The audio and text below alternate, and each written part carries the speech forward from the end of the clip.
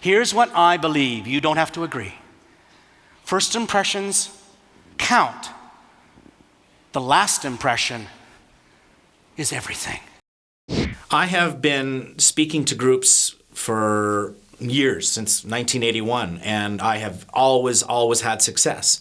And that's really not bragging. That's saying if I've been at this long, that you can depend on my product, you can depend on my presentation, and you can depend on my professional courtesy to what it is that you're looking for at an event. I mean, I'm just good at it. It's as simple as that. You can't deny it. It's not just about having no arms. In fact, that's kind of what's ironic, is it's not about having no arms. It's about the professional product that I deliver every single time I take a stage, whether I'm talking to 5 people or 5,000, doesn't matter. I am the guy that you can depend on. I promise you, you will not regret the decision. My wife and I were in an antique store one day. We're cruising around. She's on one side of the store, I'm on the other. These old guys are following me around, and they're looking at me because every time I look at them, they pretend to be looking at something else. I came around a corner, there was a pair of mannequin arms on a bookshelf.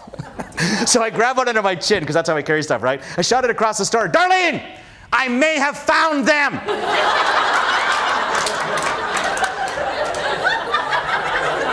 What a place to find them. Who knew? Old people stare too. I find this fascinating. I think little kids stare because they haven't learned manners, and old people stare because they've quit them. Do you know anybody like that? They just get old and crusty. I don't care what I say. Yeah, you know someone like that? I was very spoiled when I got here. I'm not going to lie about this. I got picked up by a limo. Woohoo. That was nice.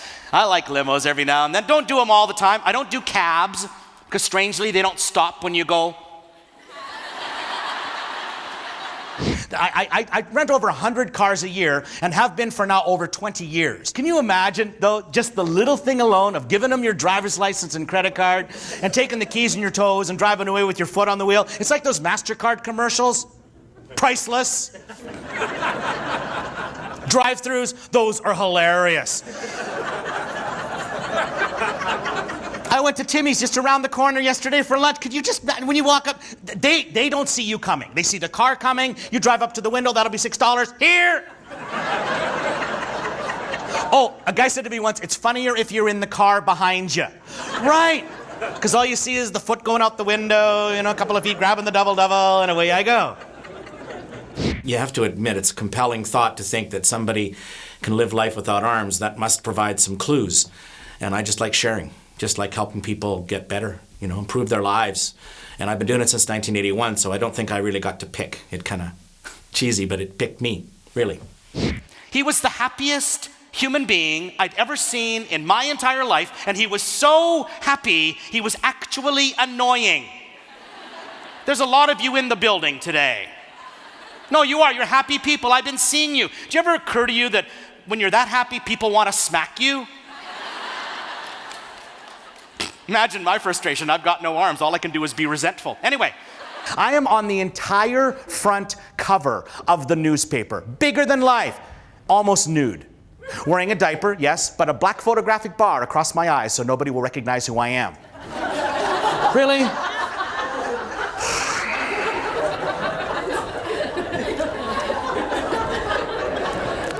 And I was growing up in rural Canada where nothing ever happened, and I was butt ugly. Now, I know we're not supposed to call people ugly. I understand that, but I felt ugly. You ever done this? Sorry, this is really honest. You ever spot a baby in a stroller? And you go look at the baby in the stroller, and your first thought is, man, that's an ugly baby. You've done that, haven't you? It was obvious what I sucked at. Sports. I was terrible at sports. Soccer, awesome. Bonus, never got the penalty for touching the ball with my hands. Well, I think people should listen to me because I've got a high degree of credibility when it comes to my material. And if really I'm just talking about making people better people, I'm not saying I'm perfect, but obviously my story doesn't involve just me. It involves somebody behind the scenes. That's why I talk about my parents. That's why I talk about teachers. That's why I talk about influences in my life. And if I can be the same kind of person in someone else's life, then that fulfills not only a professional role, but, you know, I'm a speaker. That's what I do. I'm a professional speaker. People are looking at me all the time like, don't you miss having arms? No, they never grew. Now, are you thinking what I'm thinking you're thinking now? You're thinking, oh, you're just being a speaker, putting a positive spin on things. No, I was a person before I became a speaker. And you may own a home hardware outlet, but you are a person before you are an owner. Does that make sense? I want you to picture this, how weird it is for me to be in front of you today, not only having made a career out of motivational speaking, but to talk to an incredible amount of young people, old people, people in general today that are going to be spending the rest of your careers worrying about what is on the outside of people. So I'm not going to tell you how to do that.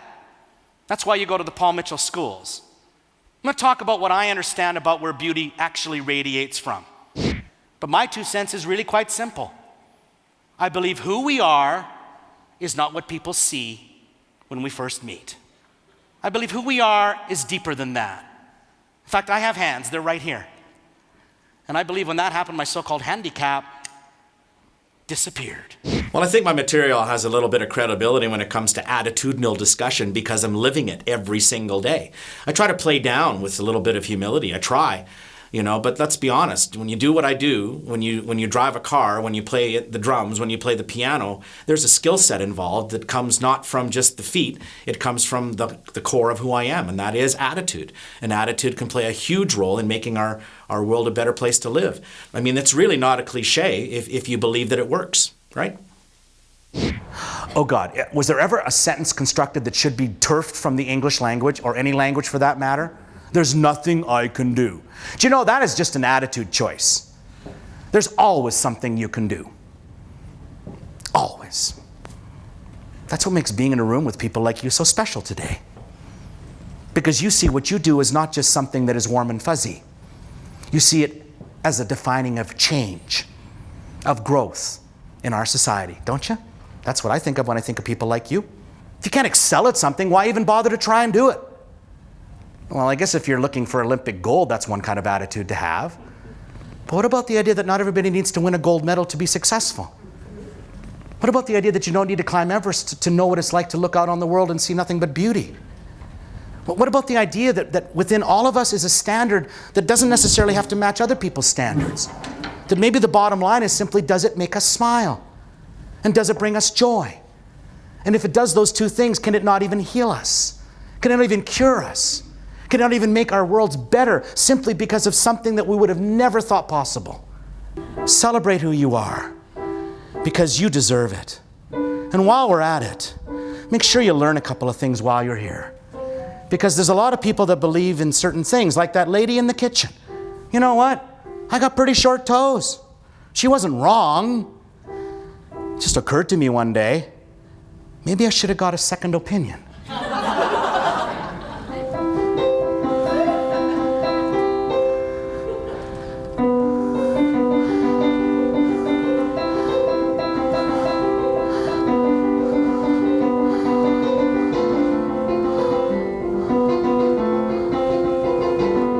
I stand against people that have not been able to get over stuff. That's probably the one that bugs me the most. I had to get over blaming having no arms on whatever wicked monster was out there creating my life, because the irony is, whatever it was that made me this way is what gave me the awesome life that I've got. If people could just see the opposite side of what they complain about, then they would live life with more joy, with more abundance, and with more success. Every one of you in this room has a story that you should start writing down right now. Promise me you will do this. Promise me you'll start journaling in your life. Because you may think, well, I don't have anything to write about. Want to bet? How do you think this company started? Was somebody who believed in something that was probably said to them a million times, are you crazy? Yeah, you know what? It's good to be crazy. But maybe what they're actually telling you is not that you suck, but that maybe you need to work to be awesome.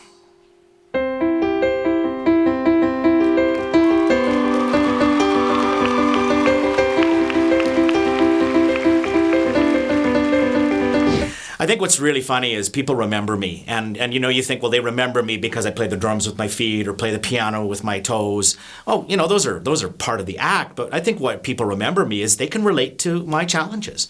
Who in the world does not have an obstacle they've had to overcome in their life?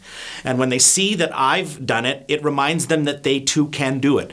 And it is a personal thing. I'm not talking to 5,000 people in a big theater. I'm talking to one person in the middle of 5,000 people. Every single person in the room gets this. Somehow, on a very deep and personal level, they understand that challenges can be overcome. And it's not a cliche. So it's not about a disability. It's about everybody has something. And that's what I remind people, that we can all get over those somethings. All of us. So I would come home every day, and instead of just the old Tommy Dorsey or Glenn Miller, I just played Rush over and over and over and over and over and over and over and over and over.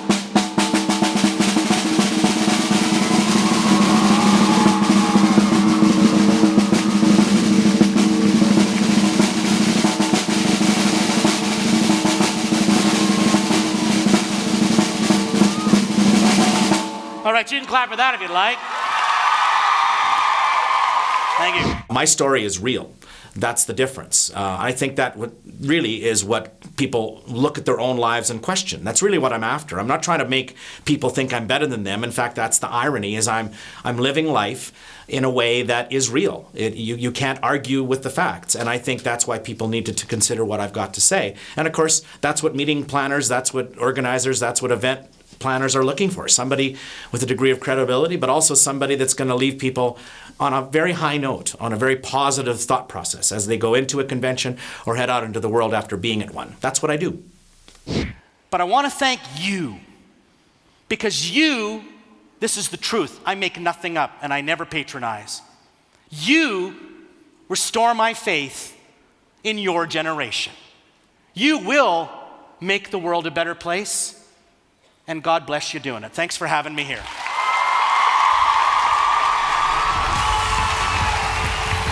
Thank you very much. Come on out, brother. Thank you very much. Love you, man. Thanks, everybody. Have a great day.